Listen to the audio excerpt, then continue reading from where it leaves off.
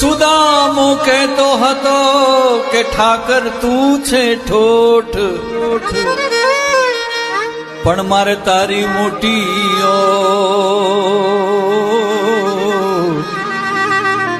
એ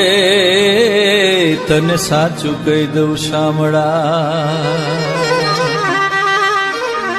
લક્ષ્મી વિનાનો લપોડ કે ગોવર્ધન રેનું ચારતો એ પછી થઈ બેઠો રણ છોડ, એ તો મેં રાવણને મથ્યા પછી મથુરાના રાજા થયા છો,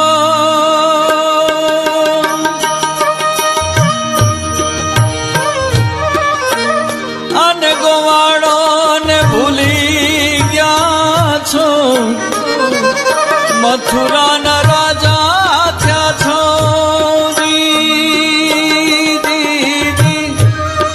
ગોવાળોને ભૂલી ગયા છો,